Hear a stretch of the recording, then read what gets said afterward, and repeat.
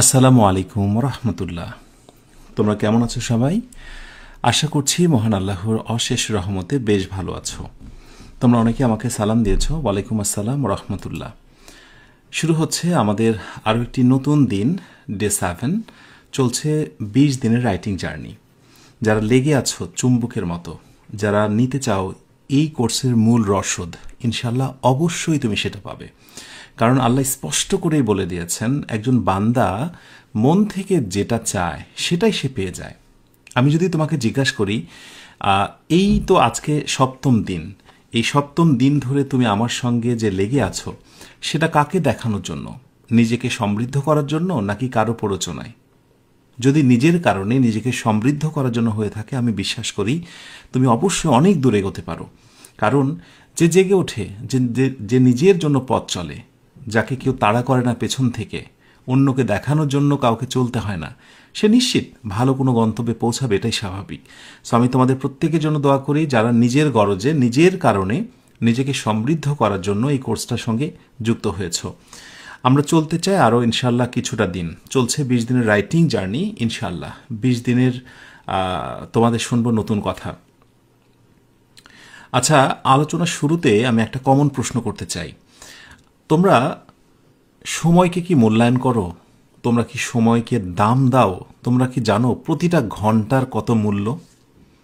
যদি সত্যিকার অর্থে সময়কে শ্রদ্ধা করো, সময়ের মূল্য দাও, সময় যে ভ্যালুয়েবল একটা বিষয়, এটা টাকা দিয়েও কেনা যায় না, টাকা দিয়ে কিনলেও অনেক টাকা লাগে, এটা যদি ফিল করো, তাহলে কোনো কারণে অকারণে স্ক্রোলিং করে ফোন চালিয়ে নষ্ট করবে না। এটি আমি তোমাদের কাছে প্রশ্ন রেখে দিলাম, সত্যিই তোমরা সময়কে মূল্যায়ন করো কিনা। আমি চেষ্টা করি এই জন্য তোমাদেরকে একটি মিনিটও নষ্ট না করার জন্য। 9টা 15 মানে 9টা 15 চেষ্টা করি। ঘড়িতে হয়তো বা টাইমিং 30 সেকেন্ড, 1 মিনিট 19-20 হতে পারে, বাট চেষ্টা করি। বিকজ আমি সময়কে সম্মান করি, শ্রদ্ধা করি। কারণ আমি জানি আমার জীবনে আমি যেখানে এসেছি এর পেছনে নেপথ্যে অন্যতম কারণ হলো সময়। তুমিও সময়কে শ্রদ্ধা করো, সময়কে ভালোবাসো, সময় তোমাকে বড় কিছু রিটার্ন দেবে। শুরু করছি আয়োজনটি। সাথে এটাও জানিয়ে রাখি, সামনে পূজার কারণে সব জায়গায় ছুটি বলা যায়, অনেকটাই ছুটি হয়ে গেছে আজ থেকে।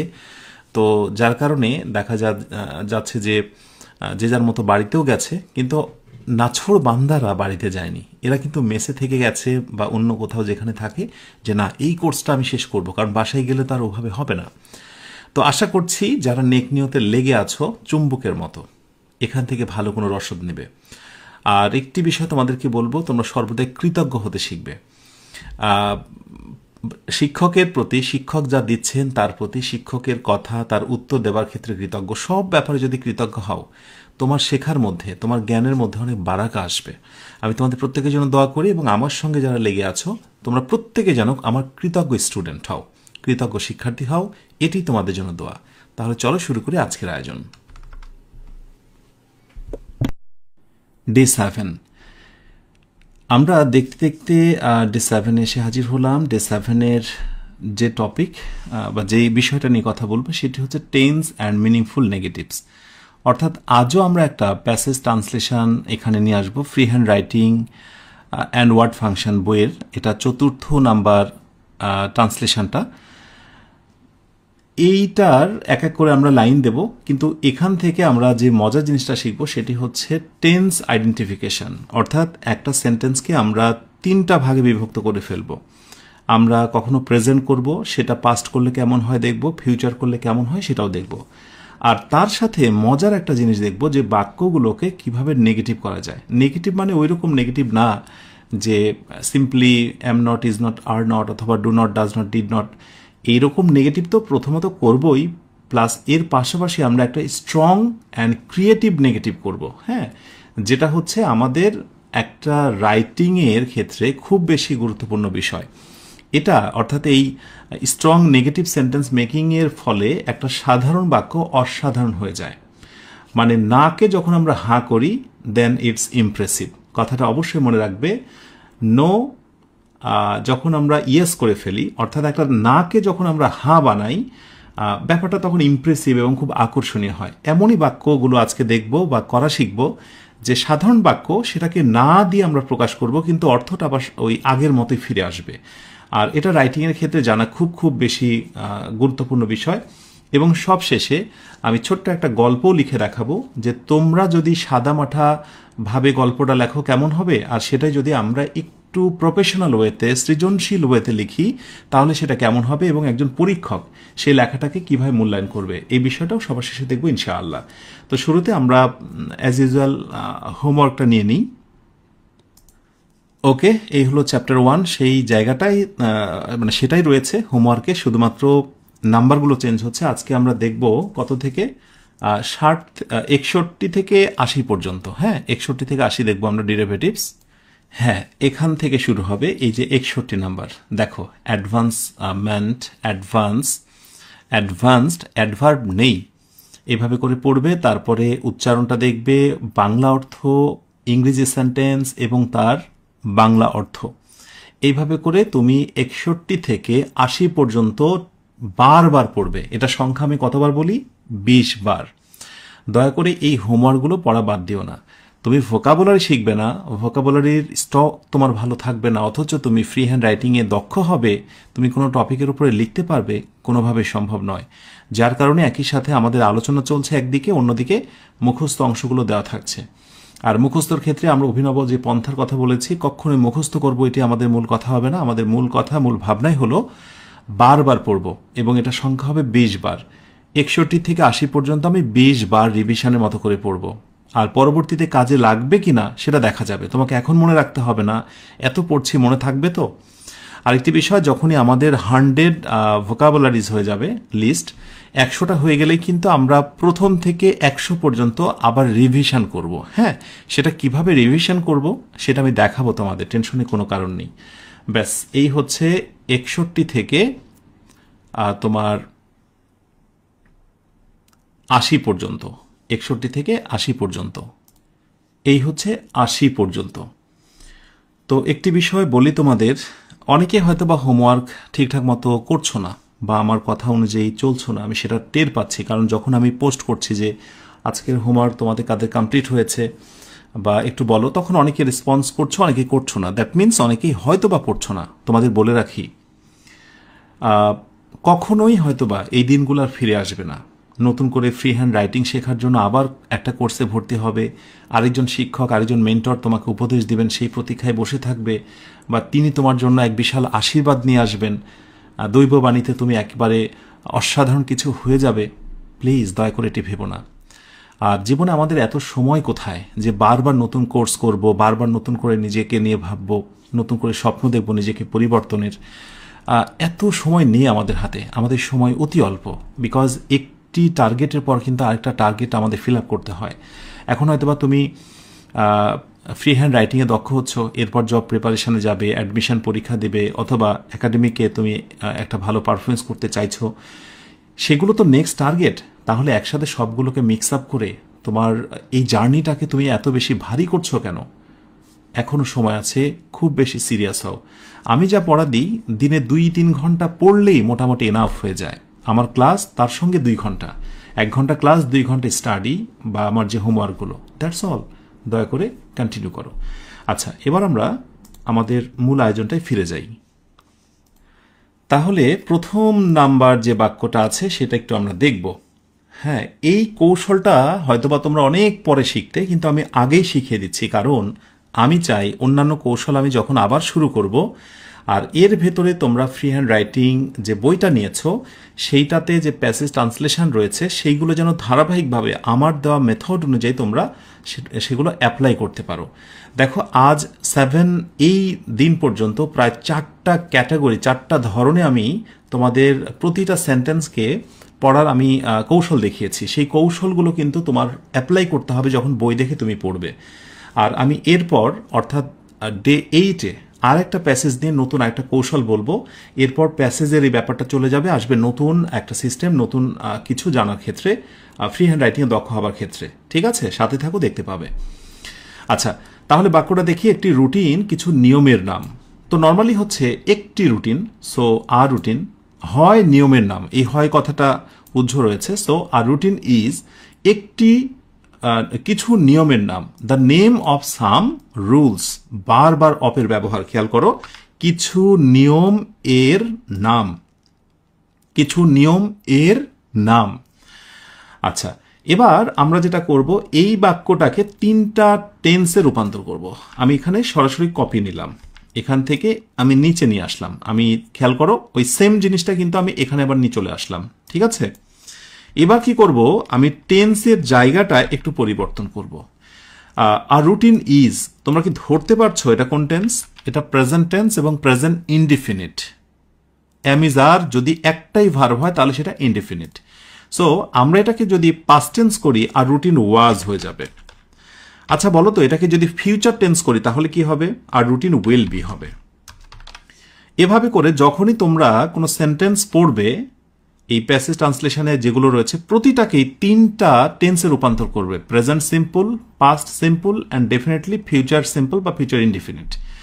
তো আমরা 3টাই করলাম, করার পর তুমি এবার অর্থের দিক খেয়াল করবে যে কোনটা রাখলে ঠিকঠাক মতো অর্থ হবে আর কোন টেন্সে রাখলে অর্থটা অযৌক্তিক শোনাবে।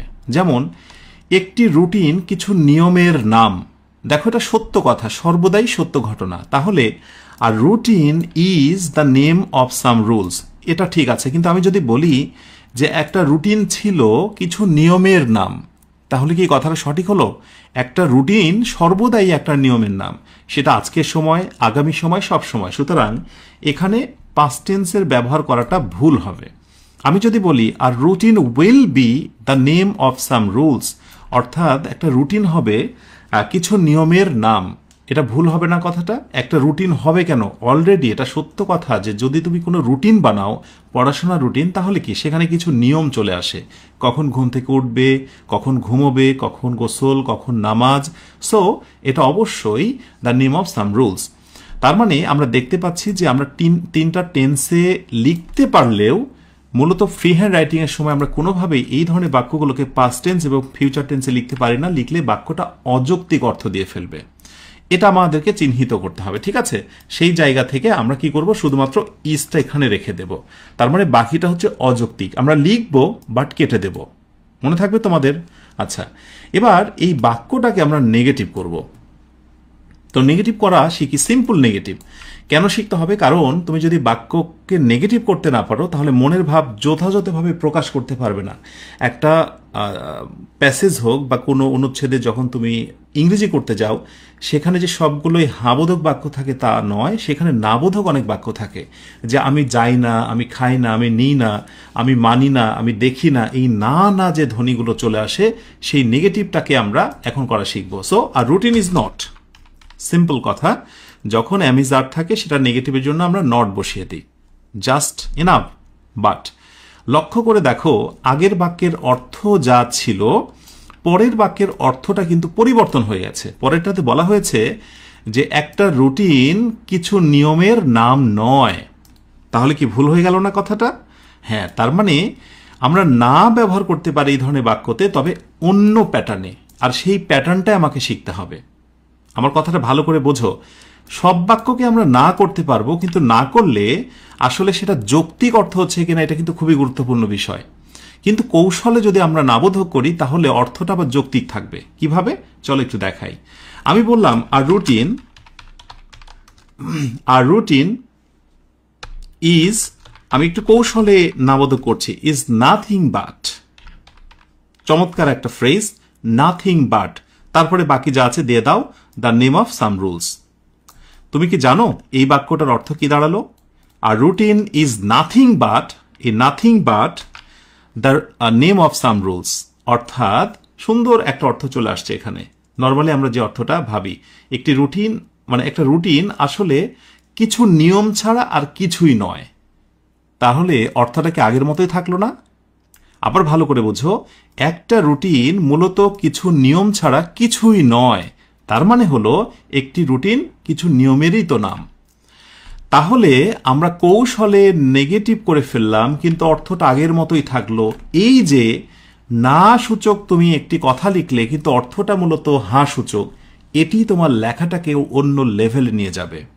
উদাহরণস্বরূপ ধরো বলি, কোনো একটা ঘটনার অথবা কোনো একটা প্যাসেজের কোনো একটা কম্পোজিশনের প্রথম লাইন তুমি এটা লিখলে, our routine is the name of some rules, যে একটি রুটিন কিছু নিয়মের নাম। ধরো দৈনন্দিন রুটিন নিয়ে তুমি একটা প্যারাগ্রাফ লিখছো, প্রথম বাক্য তুমি এটা লিখলে, প্রক্ষান্তরে তোমার আরেকজন ফ্রেন্ড উনি এই লাইনটা লিখলেন, our routine is nothing but the name of some rules.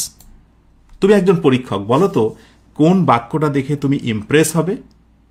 Yes, definitely দ্বিতীয় বাক্যটা বা এই যে শেষের বাক্যটা।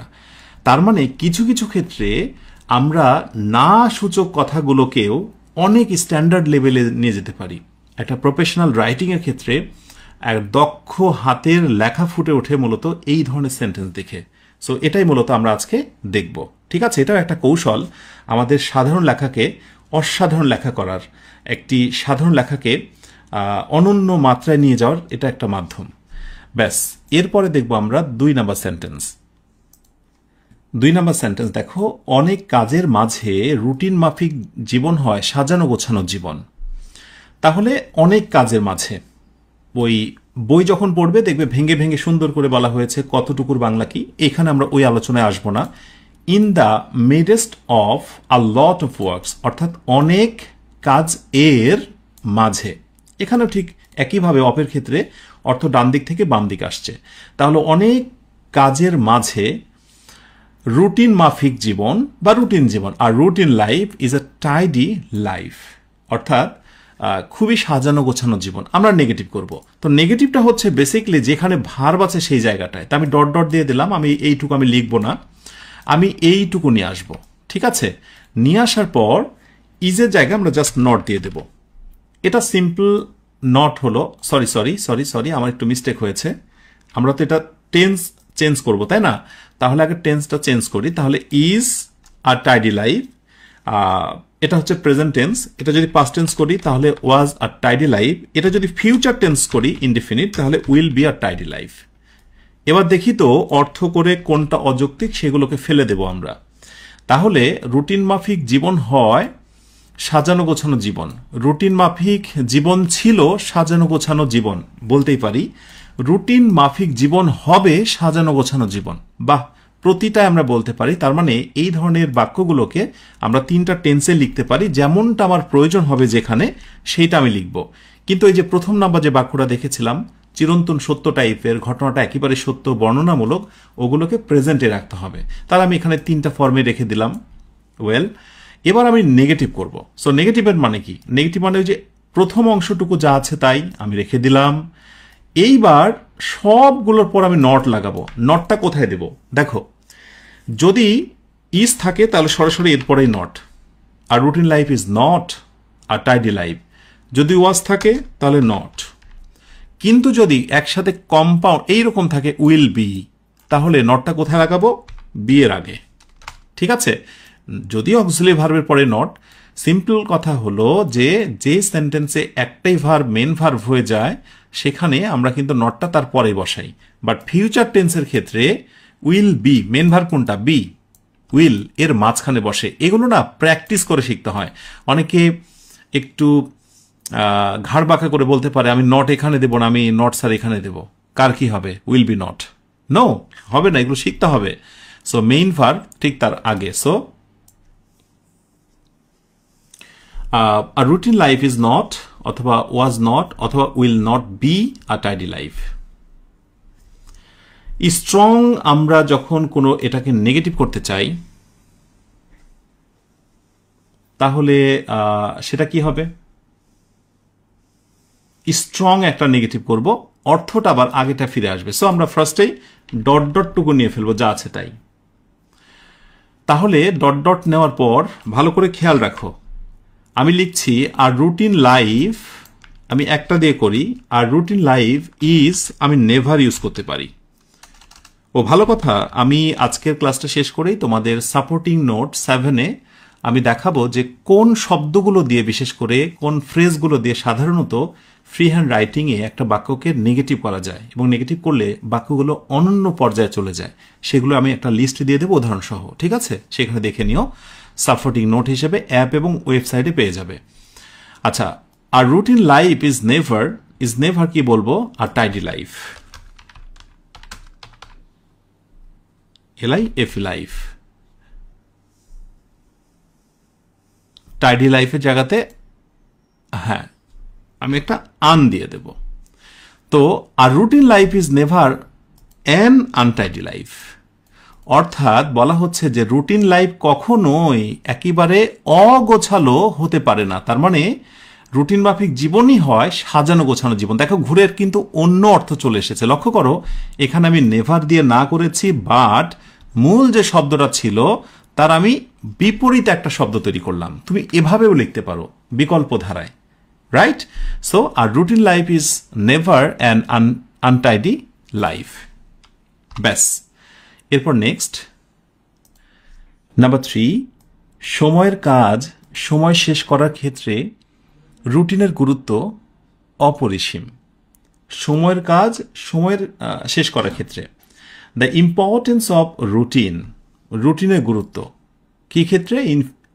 ইন অথবা ফর ফিনিশিং দ্য ওয়ার্ক, মানে যথাসময়ে কাজ শেষ করার ক্ষেত্রে, finishing the work on time, যথাসময়ে কাজ শেষ করার ক্ষেত্রে এই বিষয়টা ইজ ইমেন্স, এটা হচ্ছে অপরিসীম, যার কোনো সীমা নেই।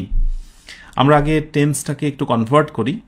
আমরা বেসিক্যালি এই সবটুকু নিতে পারি, নিয়ে আমরা বলতে পারি is present tense, past tense হচ্ছে ওয়াজ, আর ফিউচার টেন্স হচ্ছে উইল বি ইমেন্স। তাহলে মোটামুটি আমরা 3টা টেন্সে তো কনভার্ট করতে পারছি, তাই না? আচ্ছা, তাহলে অর্থ করলে যেটা দাঁড়াবে যে সময়ের কাজ সময় শেষ করার ক্ষেত্রে রুটিন এর গুরুত্ব হয় অপরিসীম, রুটিনের গুরুত্ব ছিল অপরিসীম, রুটিনের গুরুত্ব হবে অপরিসীম। তুমি কি জানো এই 3টা ভার্ব দিয়ে সেন্টেন্স কারেক্ট হলেও অর্থটা অযৌক্তিক হয়েছে কোনটা কোনটা? ওয়াজ এবং উইল বি দিয়ে। কারণ এটা একটা সত্য কথা যে সময়ের কাজ সময় শেষ করার ক্ষেত্রে রুটিনের গুরুত্ব হয় অপরিসীম। সত্য কথাকে প্রেজেন্ট টেন্সেই রাখতে হবে। আর এগুলো আমি কেন শেখাচ্ছি? কারণ তুমি যখন কোনো একটা এসে বা কম্পোজিশন লিখতে যাও, ওখানে যে দেখবে তোমার ভিতরে একটা বড় কনফিউশন তৈরি হবে। সেটা কি যে আমি কি এখন প্রেজেন্ট টেন্সে কথাটা লিখবো নাকি পাস্ট টেন্সে লিখবো, এই ধরনের একটা কনফিউশন ক্রিয়েট হয়। তো এগুলো আমি এখন তোমাদের ভিতর থেকে দূর করে দিচ্ছি। এই কনফিডেন্সটা তোমরা গ্রো করতে থাকো, কেমন? যে আসলে কোন ধরনের বাক্যকে কোন টেন্সে লিখতেই হবে। আচ্ছা, এবার আমরা নেগেটিভ করে ফেলি। সো নেগেটিভ করলে নর্মালি যেটা হবে, ঝামেলা শেষ, সবটুকু নেব আমরা, জাস্ট ইজের সঙ্গে আমরা একটা নট দিয়ে দেব। কিন্তু এই নট মানে হলো অর্থটা পুরোপুরি চেঞ্জ হয়ে গেছে। অর্থটা চেঞ্জ হয়ে গেছে না, যে সময়ের কাজ সময়ের মধ্যেই শেষ করাটা, মানে সময়ের কাজ সময়ে শেষ করার ক্ষেত্রে রুটিনের গুরুত্ব অপরিসীম নয়। এটা একেবারেই নেগেটিভ। বাট আমরা যেটা চাই লেখার ক্ষেত্রে ব্যবহার করতে, যে এমন নেগেটিভ করব অর্থটা ঘুরে ফিরে আবার আগেরটাই ফিরে আসবে। It's really creative writing. So আমরা কি করব? আমরা এখানে যেটা করতে চাই, দ্য ইম্পর্টেন্স অফ রুটিন যা আছে আমরা তাই একটু লিখি, একেবারে অন টাইম এই সবটুকু আমরা রাখবো। The importance of routine in অথবা for finishing the work on time. Okay, এরপরে আমরা লিখব nothing less than immense, immense, immense. তাহলে সেম আগের অর্থ দাঁড়ালো। দেখো, নাথিং লেস দ্যান ইমেন্স মানে অপরিসীম এর কম নয়। হ্যাঁ, তার মানে হচ্ছে গুরুত্বটা অপরিসীম। অর্থাৎ সময় মতো কাজ শেষ করার ক্ষেত্রে রুটিনের গুরুত্ব অপরিসীম ছাড়া আর কিছুই নয়। অপরিসীম ছাড়া আর কিছুই নয়, নাথিং লেস। এগুলো জানতে হবে যে কোথায় আসলে নট মোর দেন বসে, কোথায় নট লেস দেন বসে, কোথায় বসে নাথিং বাট, সেগুলো আমি তোমাদেরকে দেখাবো। ওই যে বললাম সাপোর্টিং নোট, সেখানে সুন্দর করে বলা থাকবে। আমার এখানে মূল ফোকাসটা হলো যে কিভাবে নেগেটিভ করা যায়। তো যদি কোনো শিক্ষার্থী এই বাক্যটা লেখে আর ওই কথাটাই যদি কোনো শিক্ষার্থী এইভাবে লেখে, তাহলে নিঃসন্দেহে একজন শিক্ষক অনেক বেশি ইমপ্রেস হবে তার প্রতি। তবে সাথে এটাও বলে রাখি, এর মানে এই নয় যে প্রতিটা সেন্টেন্সই তোমাকে নেগেটিভভাবে লিখতে হবে, সবগুলো নেগেটিভ আকারে লিখতে হবে না। জাস্ট শিখে রাখো, কারণ তুমি যদি নাই শিখো অ্যাপ্লাই করবে তুমি কিভাবে। আচ্ছা, এরপর 4 নাম্বার। আচ্ছা, 4 নাম্বার বাক্যটি হলো, একটি রুটিন তৈরি করা সহজ কিন্তু তা মেনে চলা অনেক কঠিন। মেকিং আ রুটিন, একটি রুটিন তৈরি করা, ইজ ইজি, সহজ, but very difficult to follow or maintain, কিন্তু সেটাকে মেনে চলা অনেক বেশি কঠিন। সো আমরা যদি এটাকে টেন্সের মধ্যে নিয়ে আসি তাহলে পুরো বাক্যটাকে নিয়ে আসবো। প্রেজেন্ট টেন্সে তো আছেই, আমি এটাকে পাস্ট টেন্স করব। সো আমি দিয়ে দেবো ওয়াজ, মেকিং আ রুটিন ওয়াজ। ওকে, এরপরে আমরা নিয়ে নেব হচ্ছে will be. Making a routine is easy, was easy, অথবা উইল বি ইজি। তাহলে অর্থ করে দেখি তো কোনগুলোকে ফেলে দেওয়া দরকার। একটা রুটিন তৈরি করা সহজ ছিল, হ্যাঁ, বাট ডিফিকাল্ট টু মেনটেন। একটা রুটিন তৈরি করা সহজ কিন্তু তা মেনে চলা কঠিন। আসলে এটা সত্য ঘটনা, এটাকে প্রেজেন্ট টেন্সে রাখাই বেশি যৌক্তিক। আর আমি যদি বলি একটি রুটিন তৈরি করা ছিল সহজ কিন্তু মানা কঠিন, বা একটা রুটিন তৈরি করা হবে সহজ কিন্তু মানা কঠিন, এইটা আসলে মানানসই নয়। এই জাতীয় বাক্যগুলোকেও প্রেজেন্ট টেন্সেই অগ্রাধিকার দিতে হবে। সো রাখবো making a routine is easy but very difficult to follow, যেটা আমি রেখেছি অলরেডি। এখন এটাকে আমরা নেগেটিভ করব, খুবই সিম্পল। নেগেটিভের সময় ঝামেলা শেষ, ইজের সঙ্গে একটা নট দিয়ে দেব। কিন্তু এই নেগেটিভ করলে যেটা হয়, অর্থটা পুরোপুরি চেঞ্জ হয়ে গেল। আমরা এমন একটা স্ট্রং নেগেটিভ করতে চাই যার অর্থটা ঘুরে ফিরে আগেরটাতেই ফিরে আসবে। নিজেরাও ট্রাই করতে পারো, তুমি কি করছো একটা দেখা যাক। আর আমাকে যদি বলো যে স্যার আপনি করেন, তাহলে যেটা করতে পারি, মেকিং আ রুটিন ইজি, এইটুকু আমি ফার্স্টে রাখবো। এরপরে আমি বাট দেব, ব্যতিক্রম। বাট নেভার এখানে দেব আমি without, but never without difficult নয়, বাট ডিফিকাল্টি। কেন বলো তো? কারণ যেহেতু উইদাউট একটি প্রেপোজিশনে পরে নাউন হয়ে যাবে, তাহলে but never without difficulty to follow, বাকি যা আছে তাই। তাহলে আমি যদি লিখি making a routine is easy but never without difficulty to follow, তাহলে অর্থটা কি হয়ে গেল? রুটিন তৈরি করা সহজ, তবে মেনে চলা কখনোই কষ্টহীন নয় বা কঠিন নয়। তাহলে অর্থটা কি একই আসলো না? একটি রুটিন তৈরি করা সহজ কিন্তু তা মেনে চলা অনেক কঠিন। কষ্টহীন নয়, হ্যাঁ, রুটিন তৈরি করা সহজ তবে মেনে চলা কখনোই কষ্টহীন নয়। তার মানে কষ্টহীন নয় মানে কি? কষ্ট ওখানে আছে, একটু কঠিন, রাইট? অনেকভাবে করা যায়, আমি একটা প্যাটার্ন দেখালাম। সো বাটের পরেও এইটুকু আমরা নেগেটিভ করলাম। So never without difficulty, never without, এইটুকু আমি একটু বোল্ড করি, নজরে পড়বে। এবং পরবর্তীতে যখন সাপোর্টিং নোট দেখবে, সেখানেও দেখবে যে কিভাবে এই শব্দগুলোর সাথে আরও অনেকগুলো শব্দ তোমাদেরকে রপ্ত করতে হবে, যেগুলো দিয়ে আমরা স্ট্রং নেগেটিভ সেন্টেন্স মেক করতে পারি। ওকে, নেক্সট সেন্টেন্স নাম্বার 5। নিশ্চয়ই বুঝে গেছো যে প্যাটার্ন আমাদের টেন্স আইডেন্টিফাই করব, স্ট্রেট নেগেটিভ করব এবং স্ট্রং নেগেটিভ করব। বাক্যটা হচ্ছে, তবে কেউ যদি পরিকল্পিত একটি রুটিন মাফিক নিজের জীবন পরিচালনা করতে পারে তবে তার পক্ষে সফলতা নিশ্চিত, বা তার জন্য সফলতা নিশ্চিত। তাহলে তবে মানে এখানে আমরা বার্ড দিয়েছি, তবে, কিন্তু যেহেতু এটা শর্তমূলক, যদি কথাটি প্রকাশ পেয়েছে, এই জন্য আমরা ইফ নিয়েছি। এখানে আরেকটি বিষয় বলি, অনেক সময় তোমরা এই ভুলটা করো, আমি এর আগেও বলেছি যে বাট মানে সর্বদাই কিন্তু নয়। হ্যাঁ, এটা জানতে হবে তোমাকে। কোনো কোনো সময় কিন্তু, কোনো কোনো সময় বাট মানে বরং, কোনো কোনো সময় বাট মানে তবে। এইগুলো না, আসলে যত বেশি সেন্টেন্স পড়বে, যত বেশি বঙ্গানুবাদ দেখবে, ট্রান্সলেশন করবে, অটোমেটিক্যালি বুঝে নেবে যে কোন ওয়ার্ডের আসল অর্থ সেই জায়গাটায় হাইড থাকে। এটা বুঝে ফেলবে, টেনশন নিও না, প্র্যাকটিসের মধ্যে থাকো, কেমন? তবে কেউ যদি পরিকল্পিত একটি রুটিন মাফিক নিজের জীবন পরিচালনা করতে পারে। So if one can manage one's life, যখন বাক্যের সাবজেক্ট ওয়ান হয় তখন পজিটিভ ওয়ানস দিতে হয়।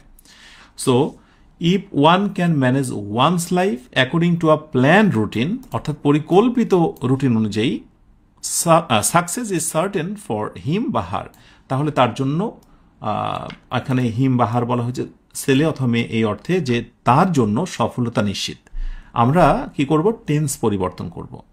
সো প্রথম বাক্য তো আছেই, সো আমরা অত কিছু রাখবো না, আমরা এখানে ডট ডট দিয়ে দেবো। হ্যাঁ, this success is certain for him বা হার, আমরা এইটুকু নেব। এইটুকু নেওয়ার পর আমরা এটাকে যেটা করব টেন্স পরিবর্তন করব। তাহলে success is certain, success was certain, success will be certain. প্রতিটা টেন্সই এখানে মোটামুটি মানানসই হবে, যে তার জন্য সফল হতে পারে, হতে পারতো, হবে, এরকম কথা আমরা বলতে পারি।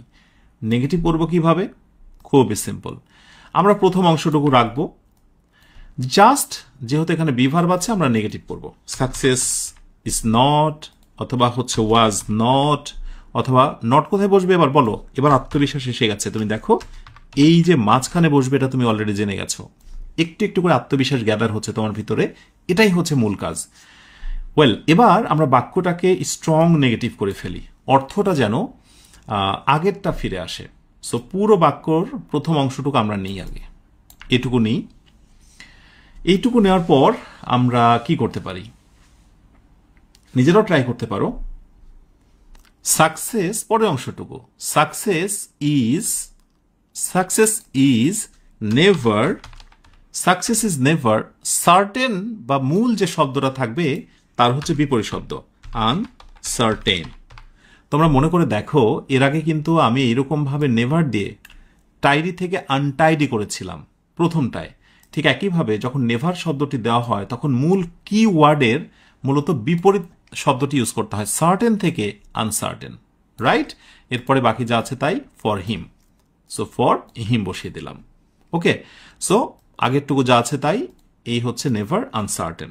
তাহলে পুরোটা যদি আমরা বাংলা করি আগেরটাই ফিরে আসবে। যদি কেউ পরিকল্পিত রুটিন মেনে জীবন চালায় বা জীবনযাপন করে, তার সফলতা কখনোই অনিশ্চিত নয়। অনিশ্চিত নয় মানে কি? তার পক্ষে সফলতা নিশ্চিত। কথাটা কিভাবে ঘুরে গেল? এ কথাটি প্রথমে বলেছিলাম যে নাকে যখন হাঁ করবে সে লেখাটা অনেক বেশি ইমপ্রেসিভ হবে।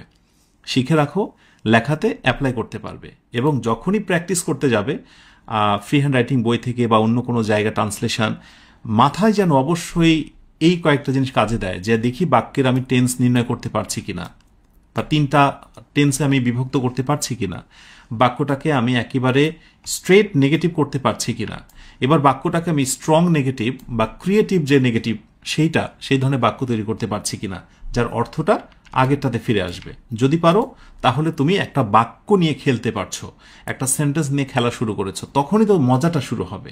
আমি তোমাকে কৌশল শেখাচ্ছি, আমি তোমাকে একটা শুধু মই দিচ্ছি না, ময়ে কিভাবে উঠতে হবে সেই পন্থাও বলে দিচ্ছি। যার কারণে যে কোনো সময় তোমার বাড়ির মই অথবা পাশের বাড়ি থেকে চেয়ে নিয়ে আসা একটা মই, সেখানে তুমি সুন্দর করে পা লাগিয়ে লাগিয়ে টপ ফ্লোরে বা রুফ ছাদে অন্য কোথাও তুমি যেতে পারবে। এই আয়োজনটার উদ্দেশ্য হলো তোমাকে বুস্ট আপ করা, তোমার কনফিডেন্স লেভেলটাকে গ্রো করা, তোমাকে জানানো যে একটা বই ফ্রি হ্যান্ড রাইটিংয়ের কীভাবে পড়তে হয়, ফ্রি হ্যান্ড রাইটিংয়ের কোন কোন জায়গাটায় তোমাকে ধরতে হবে, কিভাবে লেখার ক্ষেত্রে তোমার কলম থামবে না, কোন কোন জায়গায় ভুল হয় সেই জায়গায় আর তুমি ভুল করবে না, রাইট? এই কনফিডেন্সটুকু দেওয়া হচ্ছে, লেগে থাকো, আগামী দিনগুলোতে আরও পাবে অনেক কিছু। 6 নাম্বার, সফল ব্যক্তিরা একটি আদর্শ রুটিন অনুসরণ করে সফল হয়েছে। সফল হয়েছে, ছয়কারে ছে, ঘটনাটা শেষ হয়েছে, present perfect. Okay, successful people have succeeded, সফল হয়েছে অনুসরণ করে, ফলোয়িং কি অনুসরণ করে? অ্যান আইডিয়াল রুটিন, একটা আদর্শ রুটিন। এখন বাক্যটাকে আমরা নেগেটিভ করব। এই বাক্যগুলোকে আমরা অনেক সময় হ্যাভ বিন সাকসিডেডও করতে পারি প্যাসিভে, যে কোনো কিছুর মাধ্যমে সফল হয়েছে এমন সেন্সে করতে পারি। সো হ্যাভ সাকসিডেড অথবা হ্যাভ বিন সাকসিডেড, কোনো সমস্যা নেই। আমরা এটাকে টেন্সে একটু কনভার্ট করি। এটা তোমাদেরকে একটা প্রশ্ন করি, যখন বা তোমরা কেউ ফিল করতে পারো কি না একটু দেখি, যে কোনো বিষয়ের উপর যখন তুমি লিখবে কোনো টপিকের ওপরে, তোমরা বলতে পারো বেশিরভাগ ক্ষেত্রে কোন টেন্সের ব্যবহার হয়? একটু গেস করো তো। কোন একটা টপিকের উপর লিখতে দেওয়া হলো, ধরো তোমাদেরকে বললো যে write a paragraph on global warming, হ্যাঁ, অথবা write a paragraph on internet, অথবা write a paragraph on dowry system, যৌতুক প্রথা। কোন টেন্সে বেশি ব্যবহার হতে পারে? ইয়েস, প্রেজেন্ট টেন্স, এবং প্রেজেন্ট টেন্সের ভিতরে প্রেজেন্ট ইনডিফিনিট এবং প্রেজেন্ট পারফেক্ট। আর যেটা অতীতের ঘটনা সেটা তো পাস্ট হবে, ওটা অন্য কথা। আর যেটা অ্যাজামশান হতে হবে এরকম, সেটা তো ফিউচার, অন্য কথা। বাট বেশিরভাগ ক্ষেত্রে রাইটিংয়ে তুমি কনফিডেন্স নিয়ে যে বাক্যগুলো লিখবে তার বেশিরভাগগুলোই প্রেজেন্ট ইনডিফিনিট টেন্সের দুইটা, একটা হচ্ছে প্রেজেন্ট ইনডিফিনিট এবং আরেকটি হচ্ছে প্রেজেন্ট পারফেক্ট। তো সেই প্রেজেন্ট পারফেক্টে আমরা এখন দেখছি এই টেন্সটাকে আমরা যদি ফিউচার টেন্স করি, মানে ফিউচার এবং পাস্ট করি, অন্যগুলোতে যাচ্ছি না, আমরা সিম্পলের মধ্যে আছি, present simple, past simple, future simple. So present পারফেক্টকে আমি প্রেজেন্ট সিম্পল ধরলাম, তাহলে পাস্ট টেন্স করলে আমরা করে দেব সাকসেড থেকে সাকসিডেড, একেবারে যা আছে তাই। আর যদি আমরা ফিউচার টেন্স করি তাহলে কি হবে, some people will succeed, SUCCED, succeed. এটা তোমরা নিশ্চয় জানো যে সাকসেস হচ্ছে নাউন, তার ভার্ব হচ্ছে সাকসিড। এটা অনেকে ভুল করে ফেলে, বাট জানতে হবে। ওয়েল, আমরা তিনটা টেন্সে করলাম, অর্থ একটু করে দেখি তো মানে কেমন হয়েছে। যে সফল মানুষরা সফল হয়েছে তো দেখলাম, সফল মানুষরা সফল হয়েছিল আইডিয়াল রুটিন অনুসরণ করে। সফল মানুষরা সফল হয়েছিল আইডিয়াল রুটিন অনুসরণ করে। হয়েছিল এটা আমরা বলতে পারি, কিন্তু যদি একটু অযৌক্তিক হবে, সফল মানুষরা সফল হবে আইডিয়াল রুটিন অনুসরণ করে। সবচেয়ে বেস্ট হচ্ছে প্রেজেন্ট টেন্সে করলে এবং ফিউচার টেন্সে করলে। আর এই ধরনের কথা পাস্ট টেন্সে করলে সেটা অযৌক্তিক হয়। হ্যাঁ, তো এরকম অযৌক্তিকগুলোকে আমরা মাথাতেও রাখবো না, ওই জন্য কেটে দিলাম। আচ্ছা, এবার যদি আমরা নেগেটিভ করি বাক্যটা কি হবে, সাকসেসফুল পিপল হ্যাভ সাকসিডেড, আমরা প্রথম বাক্যটাকেই রাখি।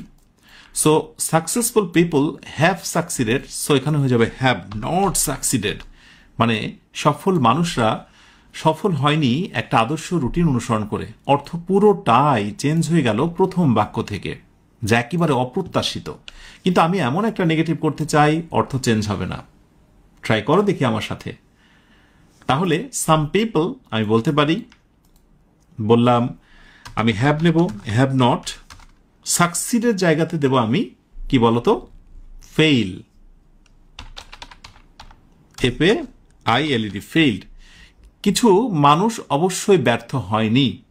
Successful people have not failed following an ideal routine. আদর্শ রুটিন অনুসরণ করে সফল মানুষরা ব্যর্থ হয়নি। ব্যর্থ হয়নি, দ্যাট মিনস কি হয়েছে, তারা সফল হয়েছে। তার মানে ঘুরে কিন্তু আগের অর্থতে ফিরে আসলো।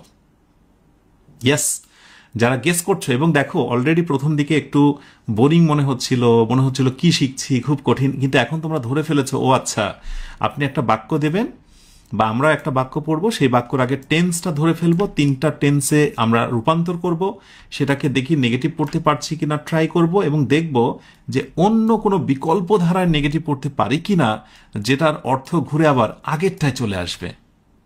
রাইট, এটাই হলো আমাদের আজকের কাজ। ঠিক আছে, এক একদিন এক এক ধরনে আমরা সেন্টেন্স থেকে মজা নেব। এবার নেক্সট 7 নাম্বার, যেহেতু সবার রুটিনের ধরন একই রকম নয়, সেহেতু বয়স এবং শ্রেণীভেদে তা ভিন্ন হয়ে থাকে।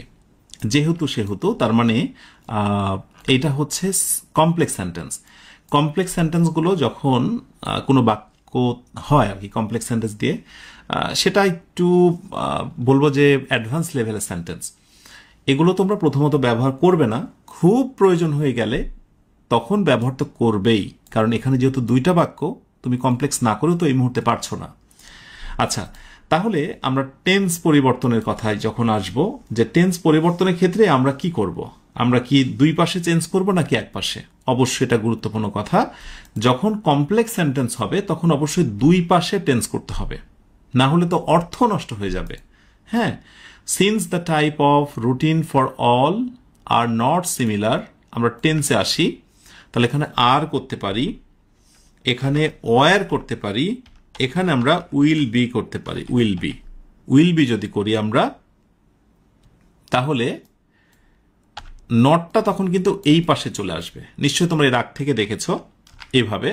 So since the type of routine for all are not similar, যেটা ছিল ওয়ার নট সিমিলার, অথবা উইল নট বি সিমিলার, এই নটটা কিন্তু আমি এখানে একটা কাজ করি, এইভাবে দিয়ে রাখি। হ্যাঁ, তাহলে তোমাদের বুঝতে সুবিধা হবে, ব্যাস।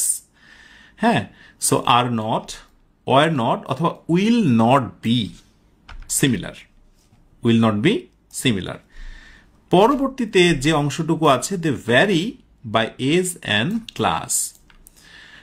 সেহেতু বয়স এবং শ্রেণীভেদে তা ভিন্ন হয়ে থাকে। এখন যদি আমি এই পাশে প্রেজেন্ট টেন্স নিই, এই পাশে ভ্যারি থেকে ভ্যারিড, ভ্যারি হবে প্রেজেন্ট টেন্স। আর যদি আমি ওয়ার নিই তাহলে এই পাশে পাস্ট টেন্স ভ্যারিড হবে, আর উইল নট বি হলে এই পাশে কি হবে, they will vary. Right? So আশা করি বুঝতে পেরেছ যে দুই পাশেই চেঞ্জ করতে হবে। এখানে তোমরা একটা বিষয় লক্ষ্য করো যে যেহেতু বাক্যটা আমার নেগেটিভ ছিল, তাই এখানে নতুন করে আমার নেগেটিভ করার দরকার নেই। তো দরকার কি আছে? নেই। তাহলে আমি জাস্ট নেগেটিভটা রেখে দেব। আমাদের মূল বিষয়টা হচ্ছে যদি হাঁ বোধক থাকে তাকে না বোধক করব। আচ্ছা, রেখে দিলাম।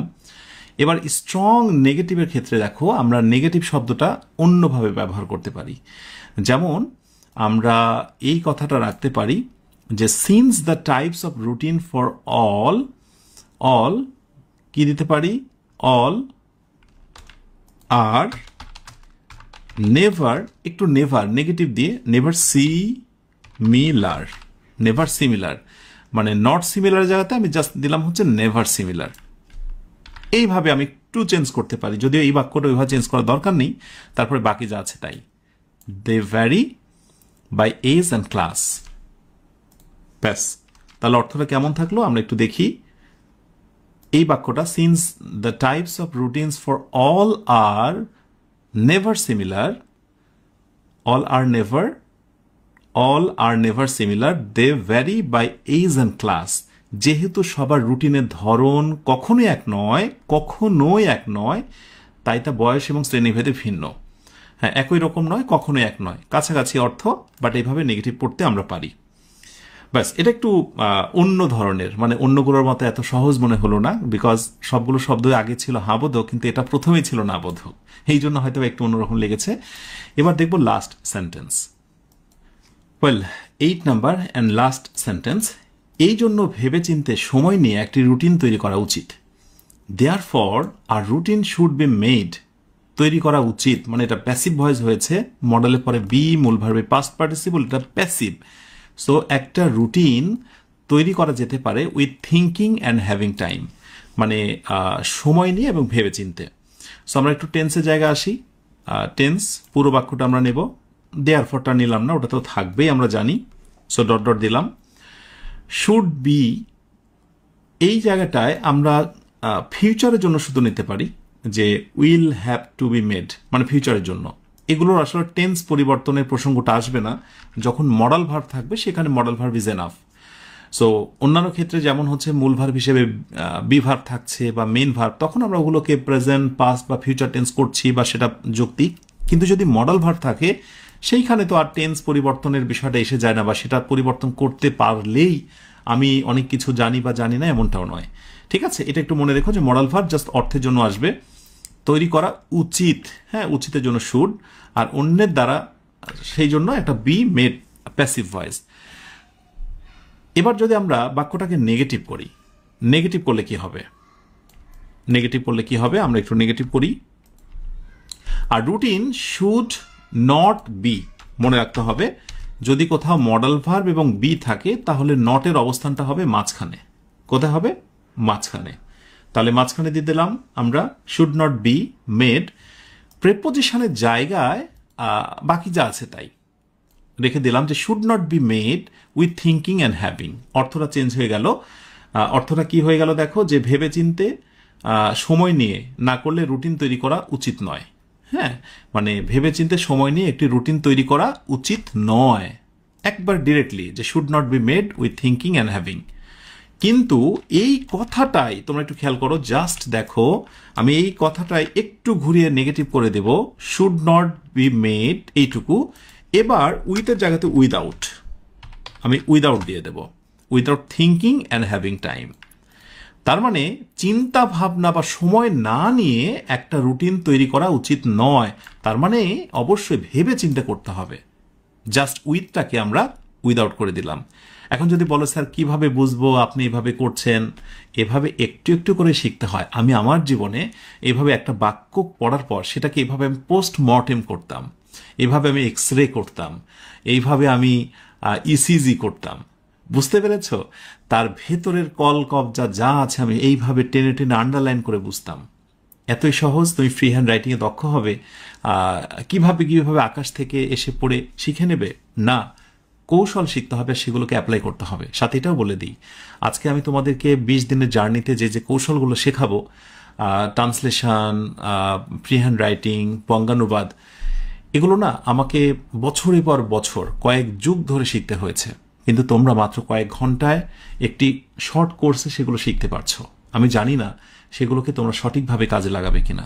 যদি লাগাতে পারো, জীবন তোমাদের অনেক অ্যাডভান্স হবে, অনেকের চেয়ে তুমি দ্রুত এগিয়ে যাবে। আশা করি বুঝে নিয়েছো যে একটা সেন্টেন্সকে কিভাবে আমরা দেখব, টেন্স নির্ণয় করব, নেগেটিভ করব, এবং এমন নেগেটিভ করব যেটা আমরা লেখায় প্রচুর ব্যবহার করতে পারি, অর্থটার কোনো পরিবর্তন হয় না। এবং চেষ্টা করব যদি তোমার 10টা সেন্টেন্সের একটা প্যারাগ্রাফ হয় বা 15টা সেন্টেন্সের একটা প্যারাগ্রাফ হয়, এরকম নেগেটিভ টাইপের 3-4টা সেন্টেন্স ব্যবহার করতে চমৎকার, মানে হাবোধকভাবেও লিখতে পারি, কিন্তু আমি না বোধক প্যাটার্নে লিখে দেব 3-4টা বাক্য। দেখবে শিক্ষক এটা পড়ার পর অভিভূত হবে, তোমাকে কাছে নিয়ে ডেকেও হয়তো বা বলতে পারে, বাহ, তোমার হ্যান্ডরাইটিং তো অনেক চমৎকার, চমৎকার লিখতে পারো তুমি, তোমার লেখার হাত তো অনেক চমৎকার। আমি তোমাদের প্রত্যেকের জন্য সেরে দোয়া করি, বিকজ আমি নিজে এই ধরনের বিষয়গুলোতে প্রমাণিত। একটা সময় লেখা শুরু করতাম, আমার খুব করে মনে আছে আমার লেখা শুরুর সূচনাটা হয়েছিল, আমি একটা স্যার যার কাছে পড়তাম, হাতে খড়ি যার কাছে আমার, অনারেবল টিচার, ওনাকে আমি জোর করে করে একটা টপিকের নাম বলতাম যে স্যার আমাকে বলুন যে কোন টপিকে আমাকে লিখতে হবে। তো সময় পেত না, অনেক ব্যাচ পড়াতো, শেষে আমি একটু অপেক্ষা করতাম, উনি খাতার উপরে লিখে দিত the journey I like most, অথবা বলে দিল the football match I enjoy, ইত্যাদি ইত্যাদি। এভাবে করে আমি লিখতাম এবং পরের দিন আবার নিয়ে যেতাম। আর আমি বলতাম যে বেশি বড় না, একটু ছোট করে লিখবো, কারণ এখানে একটা কৌশল হলো ছোট করে লিখলে টিচার দ্রুত দেখে দেবে, আর বড় করে লিখলে টিচার খুব বিরক্ত হবে, পরের দিন আমাকে কোনো টপিকই দেবে না, সে লিখতে দেবে না। তো যা হোক, তোমাদেরকে অনেক বেশি সৃজনশীল হতে হবে, আদায় করে নিতে হবে। আমি তোমাদের কৌশল দেখালাম, হাতের কাছে স্যার, ভাইয়া, মেন্টর যারা আছে তাদের থেকে একটা টপিক নাও, 4টা-5টা করে সেন্টেন্স লেখো, দেখাও, আমার ভুলটা ধরে দেখান, কোথায় ভুল হয়েছে। এভাবে করেই তো শেখা হয়, ঠিক আছে? এবার আমরা ছোট্ট একটা গল্প দেখব, যে গল্পটা হাবোধক প্যাটার্নে লিখব, কিন্তু তার সাথে দেখি নাবোধকভাবেও লেখা যায় কিনা। আচ্ছা, এবার সময় এসেছে প্যাসেজ ট্রান্সলেশনটা দেখার, যেটা নিয়ে এতক্ষণ আমরা কথা বললাম তার বিস্তারিত। দৈনন্দিন রুটিন, হ্যাঁ, এটা তোমরা বের করে ফেলো, আমিও হাতে বইটা নিয়ে ফেললাম। আচ্ছা, আমি একটু বের করি। হ্যাঁ, তোমরা free hand writing and word function বইটা থেকে 198 পৃষ্ঠা বের করো, 198 পৃষ্ঠা, ঠিক চ্যাপ্টার 5 এটা হচ্ছে তোমার দৈনন্দিন রুটিন। পেয়েছ? এই যে দেখো দৈনন্দিন রুটিন, ঠিক এই বাংলাগুলোই আমি স্টেপ বাই স্টেপ কিন্তু তোমাদের ট্রান্সলেশন আকারে দেখালাম, এবং সেগুলোই টেন্স নির্ণয়, 3টি টেন্সে রূপান্তর, সেগুলোর নেগেটিভ, এবং এরপরে হলো স্ট্রং নেগেটিভ, এগুলো করে দেখালাম। এরপরের কাজটা হচ্ছে যে এখানে যেগুলো বা এই প্যাসেজে ব্যবহৃত যে ভোকাবুলারিগুলো আছে, সেইগুলো চমৎকারভাবে তোমরা অর্থের হেল্পগুলো এখানে পাবে প্রতিটা, এবং প্রতিটা হচ্ছে গিয়ে ট্রান্সলেশন যেটা আমরা শিখেছি সেটার পেছনে নেপথ্যে গ্রামার স্ট্রাকচার এটা তো খুবই মজার একটা বিষয়। কারণ আমি কিন্তু সেখানে ওগুলো বলিনি, আমি শুধু ট্রান্সলেশনের ক্ষেত্রে আজকের যে মূল মেথডটা ছিল টেন্স অ্যান্ড মিনিংফুল নেগেটিভ, সেইটা দেখানোর চেষ্টা করেছি, বাট এখানে ভেঙে ভেঙে দেখানো হয়েছে ফ্র্যাগমেন্টারি ফর্ম, তথ্যকণিকা, যেখানে গুরুত্বপূর্ণ বিষয়গুলো লুকিয়ে আছে। তো আমার মনে হয় যে আমার আলোচনা শেষে তোমাদের অত্যন্ত গুরুত্ব দিয়ে পড়া উচিত হচ্ছে এটা। দেখো যে বাক্য একটা ছিল সেটার মতো অনুরূপ আরো অনেকগুলো বাক্য, যেগুলো প্র্যাকটিস করার মাধ্যমে তোমার ভিতরে দক্ষতা সূচিত হবে।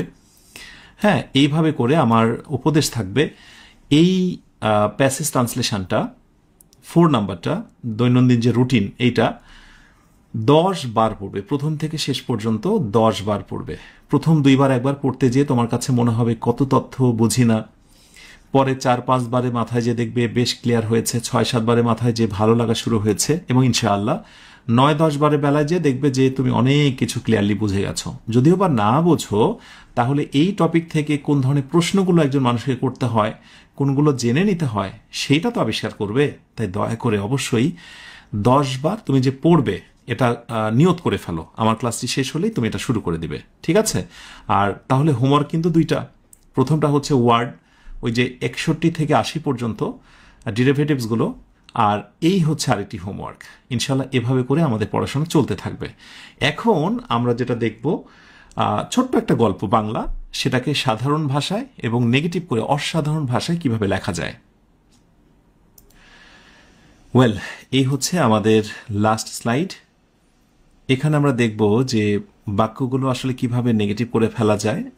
তোমরা প্রাথমিক লেভেলে কিভাবে বাক্যটাকে নেগেটিভ মানে এমনি লেখো, আর সেটাই যখন তুমি আর একটু বেশি এক্সপার্ট হবে তখন সেগুলোকে কিভাবে নেগেটিভ ওয়েতেও তুমি প্রকাশ করতে পারবে। শিরোনাম দিয়েছি ফ্রি হ্যান্ড রাইটিং এর না এর সৌন্দর্য। না এরও কিন্তু একটা সৌন্দর্য আছে, সেটা আমরা দেখব, এবং এই সৌন্দর্যটাকে আমরা ব্যবহার করব ফ্রি হ্যান্ড রাইটিং এর ক্ষেত্রে। তাহলে আমাদের রাইটিংটা আরো বেশি সৌন্দর্যমণ্ডিত হবে, ঠিক আছে? ওকে, সো প্রথম যে বাক্যটা দেখো, যে মনে হলো দিনটা ভালো। আচ্ছা, মনে হলো দিনটা ভালো, এটা কে বলছে? এটা আমি অনুধাবন করলাম, আমার ভাবনা। আই ফেল্ট মানে আমি ভেবেছিলাম, ফিল থেকে ফেল্ট, এমনটাই তুমি করবে হয়তো বা। I felt the day would be good, দিনটা ভালো। হ্যাঁ, এখন এটাকে যদি আমি একটু নেগেটিভ ভাবে প্রকাশ করি, আমি এখানে ভিএস দিচ্ছি। হ্যাঁ, ভিএস দিচ্ছি, দ্যাট মিনস বনাম, ওইটা বনাম এটা। হ্যাঁ, দেখতে কেমন লাগে সেটা আমরা একটু দেখব। নেগেটিভ ভাবে যদি প্রকাশ করতে চাই, ধর এরকম বললাম যে আই ডিড নট বা আই ডিডন্ট, যেটাই বলি। আই ডিড নট কেন? বিকজ যেহেতু ফিল থেকে ফেল করলাম, সে অনুযায়ী আমি পাস্ট টেন্স করলাম। So I didn't feel, I didn't feel the day, I didn't feel, আমি ভাবিনি যে বা আমি মনে করিনি যে the day would be bad, যে দিনটা খারাপ হবে। তো যেহেতু খারাপ হবে না, দ্যাট মিনস দিনটা ভালো হবে। So I did not feel the day would be bad.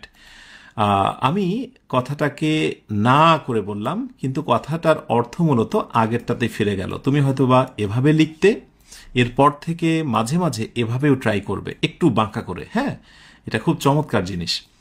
আচ্ছা, এরপরে আমরা পরে বাক্যটা দেখি। আমি সময় মতো কাজে বসলাম, মনে হলো দিনটা ভালো হবে, ভালো কথা। এই ভাবনা নিয়ে আমি একটা কাজে বসে গেলাম। তারপরে কি হলো? কাজের মাঝে ছোট্ট একটা ভুল করলাম। আচ্ছা, তারপরে ছোট ভুলটা শান্ত মনে আবার ঠিকও করে নিলাম। দিনের শেষে মনটা একটু হালকা লাগলো। দেখো, 5টা লাইনে অনেকটা গল্পের মতো একটা প্রবাহ, আবহাওয়া না? সো এই 2 নাম্বারটা আসি এবার। আমি সময় মতো কাজে বসলাম। নর্মালি বসলাম মানে বসে গেছি আমি। আই সিট থেকে স্যাট ডাউন টু ওয়ার্ক, কাজ করতে অন টাইম, যথাসময়, সময় মতো। ওকে, সো ভিএস বনাম দিচ্ছি আমি। এবার একটু নেগেটিভ করতে চাই। সো নেগেটিভে কি দেবো আমি এখান থেকে একটু টেনে নিই। আচ্ছা, সো নেগেটিভে আমি বলতে পারি আই ডিড নট, এখানেও নেগেটিভ করবো আমি। So I did not delay, আমি কোনোভাবেই দেরি করিনি কি করতে, কাজ শুরু করতে বলতে পারি। STARTING, starting. So I did not delay starting the work বা স্টার্টিং ওয়ার্ক। তাহলে অর্থ কি দাঁড়ালো? আমি কাজ শুরু করতে দেরি করিনি। তার মানে কি? আমি সময় মতো কাজে বসলাম, কথা একই বাট নেগেটিভ করে প্রকাশ করলাম। কাজের মাঝে ছোট্ট একটা ভুল করলাম। I made a small mistake in the work.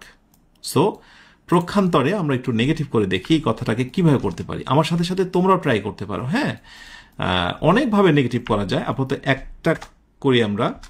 So কাজের মাঝে ছোট্ট একটা ভুল করলাম। সো এখানেও নেগেটিভ ভাবে আই ডিডন্ট ফিনিশ দেবো আমি।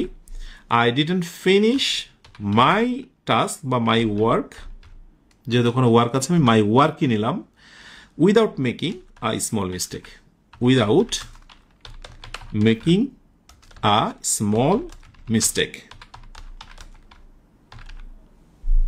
Okay, I didn't finish my work without making a small mistake.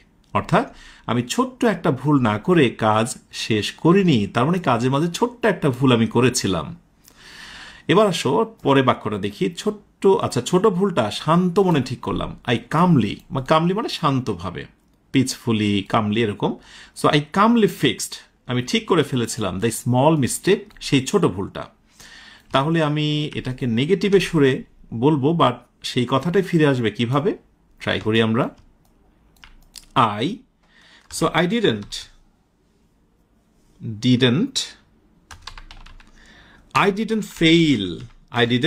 fail মানে আমি ব্যর্থ হইনি। টু ফিক্স করতে কি বলবো, দ্য স্মল মিস্টেক, এর small mistake. I didn't fail to fix the small mistake, অর্থাৎ আমি ছোট ভুলটা ঠিক করতে ব্যর্থ হইনি, তার মানে আমি ছোট ভুলটা ঠিক করেছিলাম। তুমি এই বাক্যটা চাইলে কামলি শব্দটা ইউজ করতে পারো। আই ডিড নট ফেইল কামলি, হ্যাঁ, অর্থাৎ আমি ছোট ভুলটা শান্ত মনে ঠিক করতে সঠিক করতে ব্যর্থ হয়নি। তুমি চাইলে কামলি শব্দটা রাখতে পারো, হ্যাঁ, এই ভার্বের পর এই জায়গাটা রাখতে পারো। ওকে, এরপরে আসো, পরেরটা আসি। দিনের শেষে মনটা হালকা লাগলো। আই ফেল্ট, আমি ভেবেছিলাম, লাইট, খুবই নিজেকে হালকা, at the end of the day.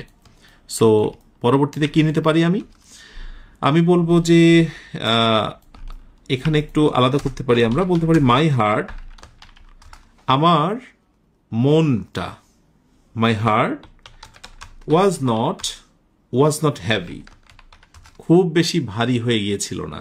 কখন? বাকি যা আছে তাই, at the end of the day. তার মানে আমার মনটা যেহেতু ভারী হয়নি, তার মানে আমার দিন শেষে কিন্তু মনটা কেমন ছিল, হালকাই ছিল। Was not heavy, that means I fail light. ঘুরে ফিরে কথাগুলোকে বলবো এবং এটা অনেক চমৎকার হবে। আজকের এই আয়োজনটা অনেক ক্ষেত্রে মনে হতে পারে অ্যাডভান্স লেভেলের আলোচনা, বাট আমি দিয়ে রাখলাম বিকজ এটি তোমাকে জানতে হবে। শেষ করছি আজকের আয়োজনটি ইনশাআল্লাহ। আগামী দিন তোমাদের পরবর্তী আরেকটা প্যাসেজ ট্রান্সলেশনের 5ম প্যাসেজটা পড়াবো। এরপরে আমরা আবার অন্য প্যাটার্নে, অন্য জায়গায় ফিরে যাব। আলহামদুলিল্লাহ, যারা লেগেছিলে প্রথম থেকে এখন পর্যন্ত, তোমাদের প্রত্যেকের জন্য দোয়া থাকলো। সবাই তো লেগে থাকতে পারে না, যারা আসলে লেগে থাকে তারাই তো মূলত দিন শেষে সফল হয়।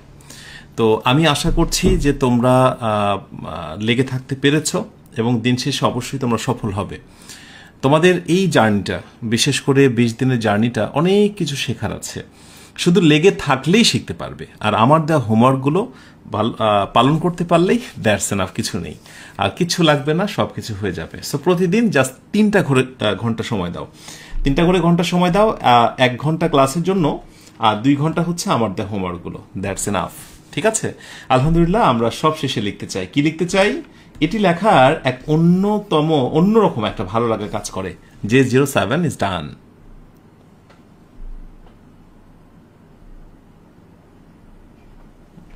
আলহামদুলিল্লাহ, যে 07 ইজ ইকুয়াল টু ডান। শেষ করলাম আজকের আয়োজন। আর তোমাদের আজকের হলো সাপোর্টিং নোটটা ইনশাল্লাহ আগামীকাল তোমরা পেয়ে যাবে। আজকের সাপোর্টিং নোট আগামীকাল পেয়ে যাবে ইনশাল্লাহ। ফুয়াদ আল মুস্তাকিন, নতুন কিছু শেখানোর জন্য অসংখ্য ধন্যবাদ। অবশ্যই রাইটিংটাকে তুমি অ্যাডভান্স লেভেলে কিভাবে নিয়ে যাবে, সাদামাটা একটি বাক্যকে তুমি কিভাবে ইউনিক করবে, এগুলো তো তোমাকে শিখতেই হবে। আমি অনেক ধরনের মশলা তোমাকে দিচ্ছি, এরপর তুমি একটু একটু করে বেছে নিয়ে সেইটা তুমি তোমার মতো করে রেসিপি তৈরি করবে, রাইট? আমি একটু কৃপণতা করব না। আন্দাজ করো 20 দিনের জার্নিতে তোমরা কত কিছু পেতে চলেছ। তাহলে শেষ করি আজকের আয়োজনটি। তোমরা সবাই অনেক ভালো থেকো, আর পুরো আয়োজনের ব্যাপারে যদি কোনো মন্তব্য থাকে, ভালো লাগে, কিছু বলতে চাও, জানাতে থাকো।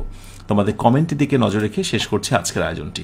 তোমরা সবাই অনেক ভালো থেকো, যে ভালো শেষ নেই, সুখে থেকো, যে সুখে সীমানা নেই, এই অনন্ত শান্তির চিরন্তন প্রত্যাশায়। সবাইকে শুভরাত্রি।